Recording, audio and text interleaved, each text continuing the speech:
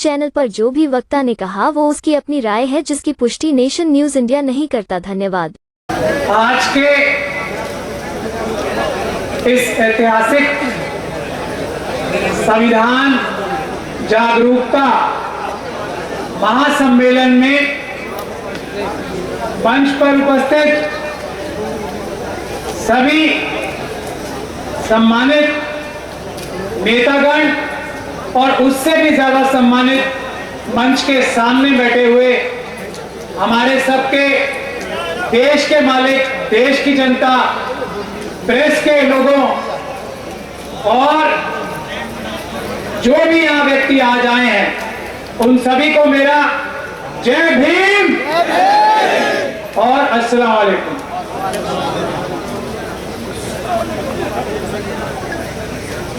संविधान, अभी भंते जी ने एक बात कही और उनको मैं मुबारकबाद भी देता हूं कि सबसे महत्वपूर्ण कार्य भारत देश के लिए कोई चीज हो सकती है तो वो संविधान का जन जन तक पहुंचाना और जन जन को संविधान का प्रयोग करना, देश को मजबूत करने के लिए और देश के हर एक नागरिक को खुशहाली देने के लिए, रोटी कपड़ा और मकान ही नहीं, इज्जत से जिंदगी देने के लिए।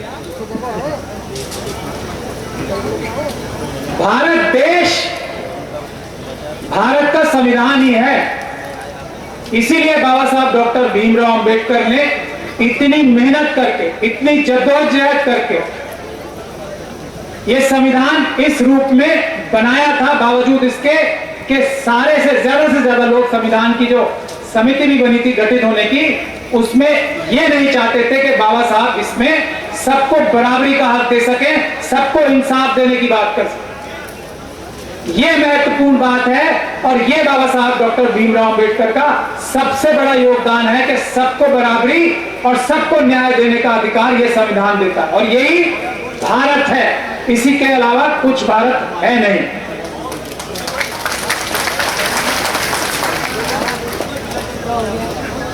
अब भारत का संविधान आम आदमी के कैसे काम आ सकता है वो मैं बताना चाहता हूं, कुछ ही मिनटों में बताऊंगा। भंते जी की चेतावनी मुझे याद है, लेकिन बताना जरूरी है, बहुत जरूरी है।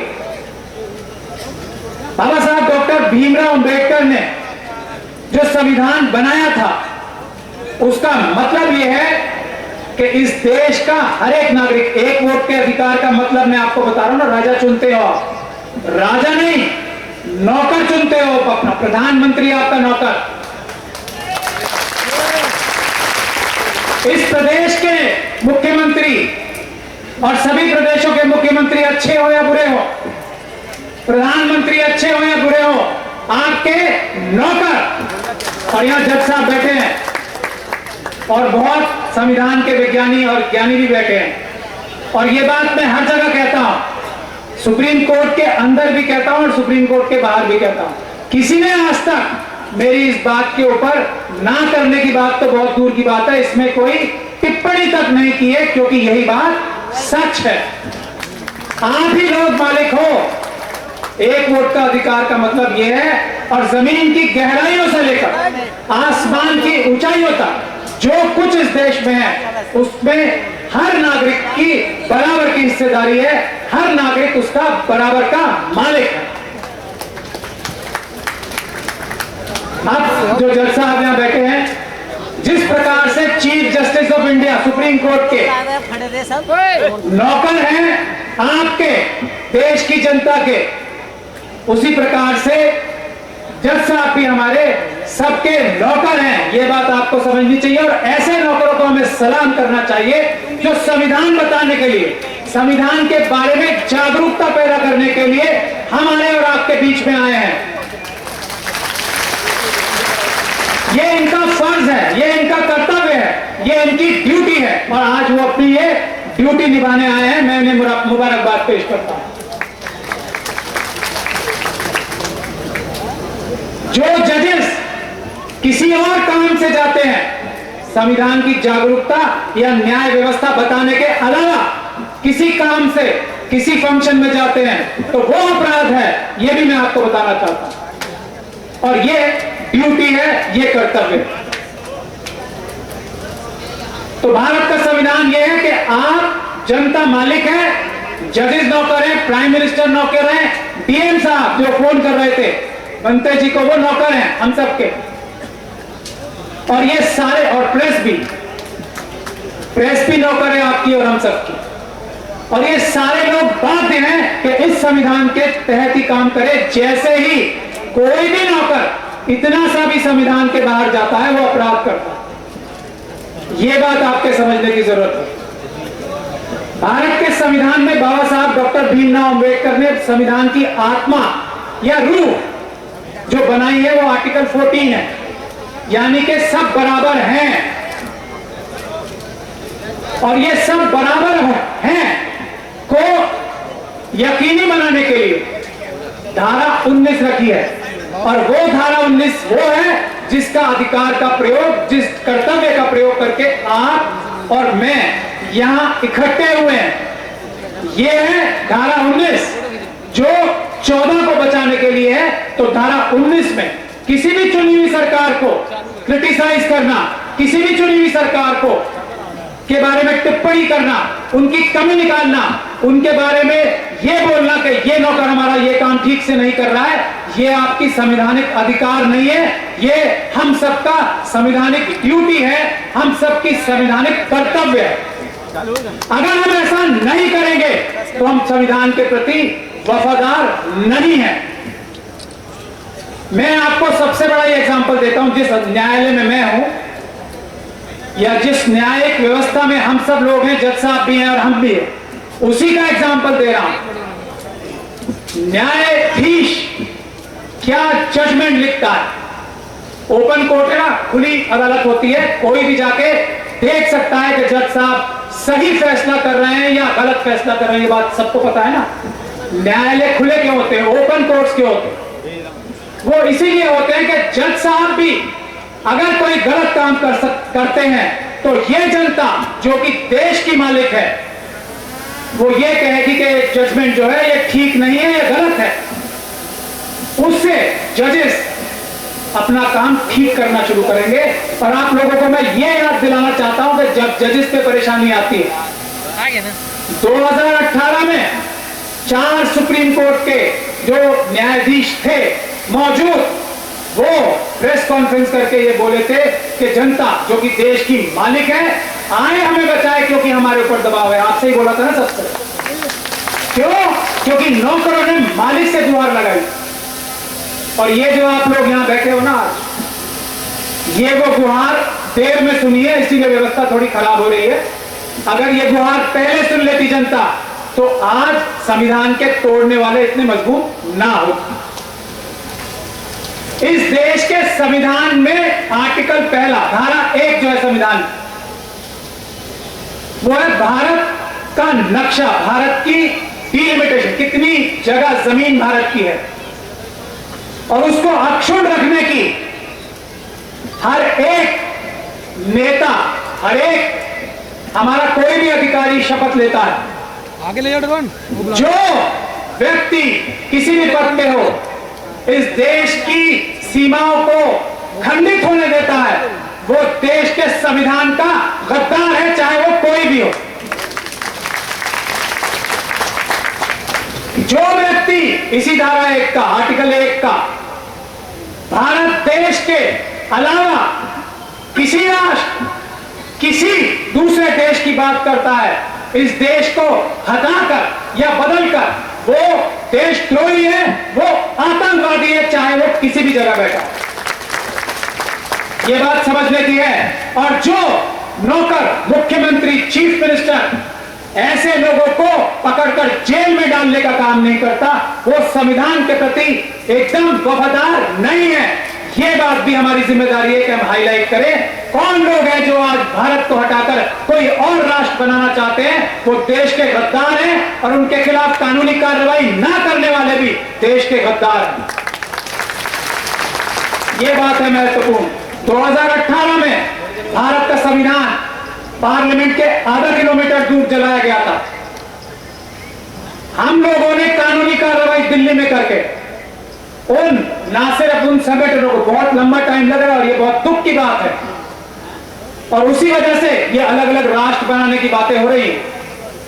जो कह रहे हैं ना, ये संसद बनाएंगे, वो संसद बनाएंगे, कौन सी धर्म संसद बनाएंगे, ये सब हम लोगों ने उसकी इन्वेस्टिगेशन अभी भी चल रही है। पुलिस वाले जो पुलिस ऑफिसर्स हैं उनके खिलाफ एफआईआर दर्ज हो रही है इस केस में, क्योंकि उन्होंने इन्वेस्टिगेशन ठीक नहीं की 2018 के केस। वो सभी संगठन जो संविधान जलाने में डायरेक्टली या इनडायरेक्टली, परोक्ष रूप से या प्रत्यक्ष रूप से शामिल थे, उन सब के खिलाफ आतंकवाद के मुकदमों में हमने एफआईआर दर्ज कराई है, और वो सभी हम ढूंढ के निकालेंगे और उन्हें जेल की सलाखों को पीछे डालेंगे। ये है आप लोगों की और हमारी जिम्मेदारी।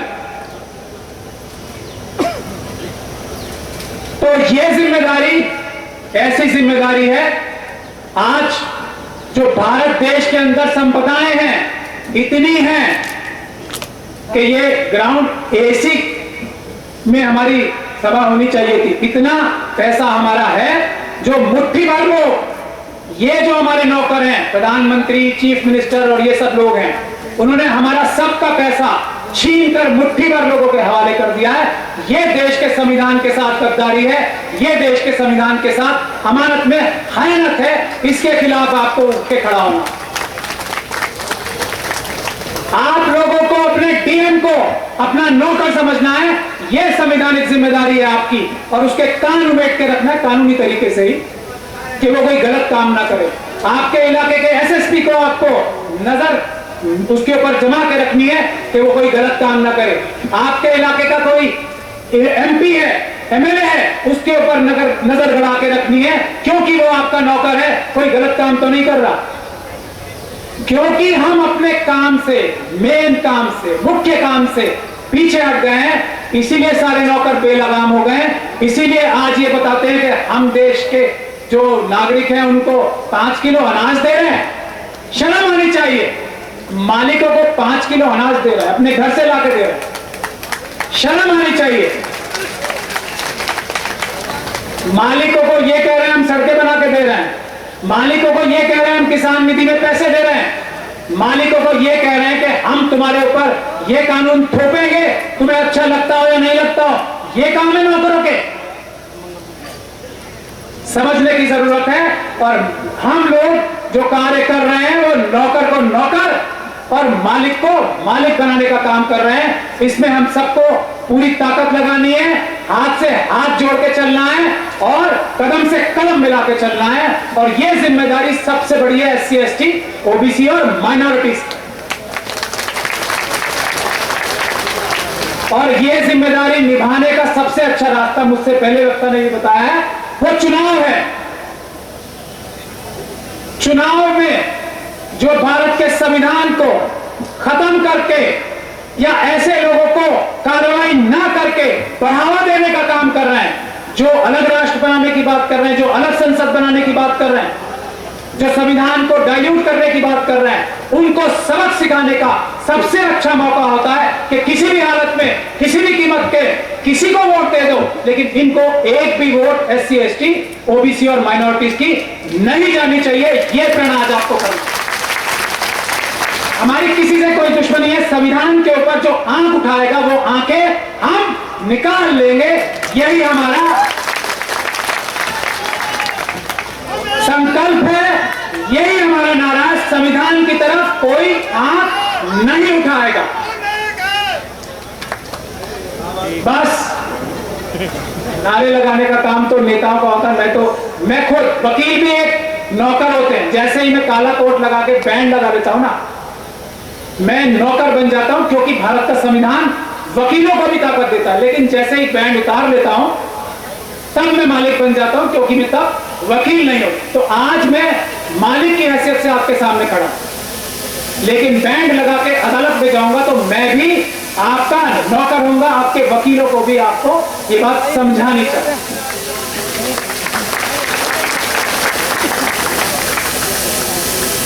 यही बात है। अगर जज साहब यहां बैठे हैं इसलिए बार बार उनकी तरफ इशारा कर रहा हूं। जैसे ही ये चेयर पे बैठेंगे अपनी, नौकर हो जाएंगे न्यायाधीश की चेयर पे बैठते ही। लेकिन अगर ये छुट्टी पर है तब ये मालिक। बस मुझे यही सब कहना था। आप लोग मेरी बातों को ध्यान से सुने, उसके लिए धन्यवाद। लेकिन इस पे अमल करने के लिए कुछ कदम उठाएं। आपकी जिंदगी आज से बेहतर होनी शुरू हो जाएगी। सबसे पहले जो पुलिस वाला आपके सबसे ज्यादा संबंध में वही आता है ना, उसको बोलना शुरू करें कि तुम हमारे नौकर हो या नहीं। आप लोगों ने मुझे बहुत सारी वीडियोस में देखा होगा, मैंने बड़े से बड़े अफसर से ये बात कहलवाई है, और जब पुलिस एक्शन चल रहा था जब कहलवाई है कि हाँ हम आपके नौकर। तो ये काम आप शुरू कर दो, आपकी जिंदगी हर तरह से आसान होनी शुरू हो जाएगी। जय भीम, जय संविधान, जय Bharat. Press the bell icon on the YouTube app and never miss another update.